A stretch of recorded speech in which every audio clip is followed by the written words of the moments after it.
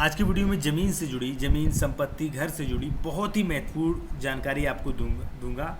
अगर आप ऐसी कोई भी संपत्ति खरीदना चाहते हैं तो ये वीडियो आपके लिए बहुत ज़रूरी है। देखिए, इस वीडियो में मैं 3 टॉपिक पर बात करूंगा। अगर कोई ज़मीन का एडवांस लेकर वह ज़मीन आपको नहीं बेचता है या आपका एडवांस लौटाने की कोशिश करता है, बहाने मारता है, तो आप उस व्यक्ति से कैसे निपट सकते हैं और वही ज़मीन आप कानून द्वारा कैसे खरीद सकते हैं। बात करेंगे इसमें क्या कार्रवाई की जा सकती है और क्या वह ज़मीन आपको मिलेगी। तो जी हाँ, बिल्कुल आपको ज़मीन वो मिलेगी जिसके लिए आपने जो है एडवांस दिया है, बशर्ते आपको कुछ जो मैं आपको नियम बताऊंगा उनको आपको फॉलो करना पड़ेगा। चलिए बात करते हैं नेक्स्ट पॉइंट पर। देखिए, जैसा कि आप डिस्प्ले पे देख सकते हैं, यहाँ पे मैंने कुछ एप्लीकेशन का प्रारूप तैयार किया है। विनिर्दिष्ट संविदा के अनुपालन हेतु वाद पत्र का प्रारूप। देखिए, अब यहाँ पे जैसे मान लीजिए भाई किसी ने आपसे एडवांस ले लिया संपत्ति का और बाद में भाई आपने पूरे पैसों की व्यवस्था कर दी। मान लीजिए आपने 10 लाख की कोई संपत्ति खरीदी है, 1 लाख आपने एडवांस दे दिया है, आपने 9 लाख रुपए की पूरी व्यवस्था कर ली और एंड में वह व्यक्ति कह देता है कि नहीं, अब भाई मैं नहीं बेचूंगा, अब आप अपने पैसे वापस कर लीजिए। या मान लीजिए वो कोई बहाना मारता है, या मान लीजिए उसे तीसरी पार्टी से उस मकान के उस संपत्ति के ज़्यादा पैसे मिल रहे हैं, तो ऐसी कंडीशन में मना करता है, तो आप विनिर्दिष्ट संविदा के अनुपालन हेतु आप केस दायर कर सकते हैं। यह चल संपत्ति ही नहीं, चल अचल दोनों संपत्तियां। देखिए, अगर मान लीजिए आपने कार भी खरीदी है और कार के लिए आपका करार हुआ है कि भाई मैं जो है 5 लाख की कार खरीद रहा हूं, 1 लाख रुपए एडवांस दे दिए हैं और 4 लाख रुपए जो है वो 20 दिन में, 10 दिन में, जो भी तारीख है उतने दिन में दे दूंगा। और इस बीच में अगर वो व्यक्ति जो है वो कार आपको नहीं बेच रहा है, एडवांस लौटाने की कोशिश कर रहा है, तो भी आप विनिर्दिष्ट संविदा के अनुपालन हेतु तो आप उस पर केस कर सकते हैं। अब बात आती है भाई इससे फायदा क्या होगा। देखिए, लास्ट में मैं आपको ये पूरा जो वाद पत्र का प्रारूप है ये पूरा मैं आपको बताऊंगा, बहुत बड़ा है, बहुत डिटेल में आपको बताऊंगा। लेकिन इससे ये आपको ये फायदा होगा, जब आप विनिर्दिष्ट संविदा के अनुपालन के लिए उस पर केस करेंगे तो वह संपत्ति कोर्ट के माध्यम से, कानून के माध्यम से आपको दी जाएगी और सारा पैसा आपसे लिया जाएगा। ठीक है, उस जो भी व्यक्ति जो आपको बेच रहा था उसे बाध्य किया जाएगा ये संविदा पूरी करने के लिए, बशर्ते आपने संविदा भी सही तरीकों से की हो। चलिए जान लेते हैं संविदा के तथ्य कौन कौन से होते हैं। आप जब भी संपत्ति खरीदते हैं, चाहे चल अचल, तो आपको कैसी खरीदनी चाहिए, बहुत ही महत्वपूर्ण पॉइंट है।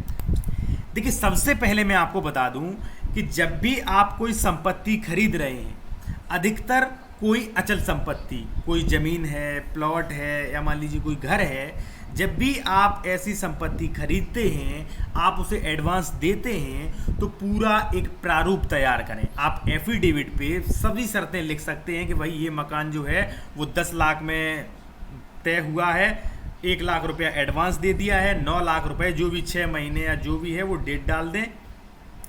आपको जो है ये संविदा जो है, जो भी आप ज़मीन खरीद रहे हैं, जो भी आपकी शर्तें वहाँ पे रखी हैं, वह लिखित में होना चाहिए। देखिए, लिखित में अगर होगा तो जब भी आप ये केस करेंगे, देखिए ये जो आप जब भी केस करेंगे तो वहाँ पे आप साक्ष्य तो दे पाएंगे कि भाई ये रहा साक्ष्य, हमने देखिए यहाँ पे शर्तें लिखी थी, दोनों पक्षों के साइन थे, ठीक है, और गवाहों के साइन थे कि भाई मैंने संविदा की थी, साक्ष्य तो रहेगा। चलिए अब बात करते हैं इससे फ़ायदा क्या होगा और कैसे आप कर सकते हैं ये सब। देखिए, अगर आपके पास कोई प्रूफ है, अगर मान लीजिए आप एग्रीमेंट नहीं कराना चाहते, तो सादा पेपर पर भी आप अपनी सभी शर्तें लिख सकते हैं और दोनों लोग अपने साइन कर सकते हैं, गवाहों के साइन करवा सकते हैं। अगर मान लीजिए आपके पास कोई मान लीजिए एफिडेविट नहीं, वकील की सुविधा नहीं, तो आप सादे कागज पे भी कर सकते हैं और वह सादे कागज पर किया गया करार भी मान्य होता है। उसके बाद वो संपत्ति अगर नहीं बेचता है, देने से इनकार करता है, आपका एडवांस लौटाता है, तो आप ये जो है, ये पूरा प्रारूप है, इसके अकॉर्डिंग जो है आप मुकदमा कर सकते हैं। चलिए जान लेते हैं इस प्रारूप में क्या क्या है, क्या क्या शर्तें हैं और जो वादी प्रतिवादी हैं क्या अपनी अपनी शर्तें रखते हैं। चलिए वो भी जान लेते हैं। मैं आपको थोड़ा पढ़ के सुना दूं। देखिए, विनिर्दिष्ट संविदा के अनुपालन हेतु वाद पत्र का ये प्रारूप है। थोड़ी बहुत हो सकता है इसमें थोड़ी बहुत मामूली गलती हो सकती है बाई चांस। देखिए, न्यायालय सिविल जज गोरखपुर, मुकदमा नंबर, देखिए अब यहाँ पे श्री श्यामलाल पुत्र कृष्णलाल निवासी जो भी है सदर जिला गोरखपुर बनाम ये, ठीक है, इन्होंने जो है ये वादी हैं, इन्होंने केस फाइल किया है भाई। अब देखिए यहाँ से आप पढ़ें, यह है कि वादी निवेदन करता है प्रतिवादी मकान का विवरण वाद पत्र के अंत में दिया गया है। दूसरा यह है कि प्रतिवादी ने अपने रोजगार के लिए रुपयों की जरूरत पड़ी, बिना मकान बेचे उसे पैसे नहीं मिल पा रहे थे, इसलिए उसने उक्त मकान बेचने की बात जो है वादी से की। वादी मकान की सशक्त आवश्यकता थी, इसलिए मकान खरीदने हेतु तैयार हो गया। मकान की कुल कीमत जो थी वो 50,000 रुपये तय हुई। तीसरा यह है कि वादी के पास संपूर्ण कीमत 50,000 रुपये तुरंत देने के लिए नहीं थी। भाई हर किसी के पास कई बार होता है संपत्ति के सारे पैसे नहीं हो पाते। प्रतिवादी को कुछ पैसों की जरूरत थी, हम वादी ने प्रतिवादी को 20,000 रुपये इतनी दिनांक को दे दिए। उसके बाद बकाया जो था, जो 30,000 रुपये बचे थे, वो 1 साल के अंदर देने का वादा हुआ था, ठीक है, यानी कि 18/4/2021 तक दे दिया जाए, अदा करने का वादा हुआ था।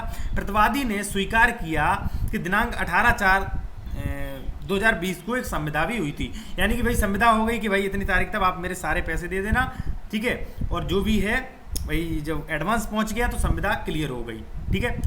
दूसरा चौथा पॉइंट है यह है कि हम वादी के पास रुपया इस वक्त के अंदर ही जुटा लिया, यानी कि भाई जो भी वादी था जिसने मकान खरीदना के लिए तय किया था उसने भाई पूरा पैसा कर लिया, और जब वह प्रतिवादी को देने गया तो बेनामा करने की बात कही तो प्रतिवादी देने को तैयार नहीं हो रहा है। भाई उसने अपनी केस में ये बात जो है जो पॉइंट है वो रखे।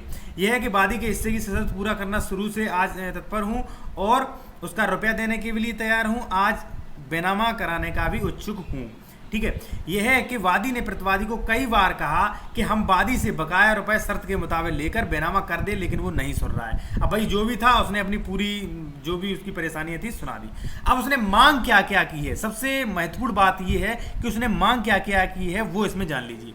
उसने कहा है यह है कि वादी, यानी कि जिसका एडवांस जवाब, जो परेशान है, जो पीड़ित है, वही वादी, यह है कि वादी के पक्ष तथा प्रतिवादी के विरुद्ध डिक्री पारित कर प्रतिवादी भाई जिसे एडवांस दिया गया था, निर्देशों के हम वादी से 30,000 रुपये लेकर मकान का विक्रय विलेख न्यायालय द्वारा निर्धारित तिथि के अंदर कर दे, यानी कि जो भाई दिनांक थी उसके अंदर कर दे।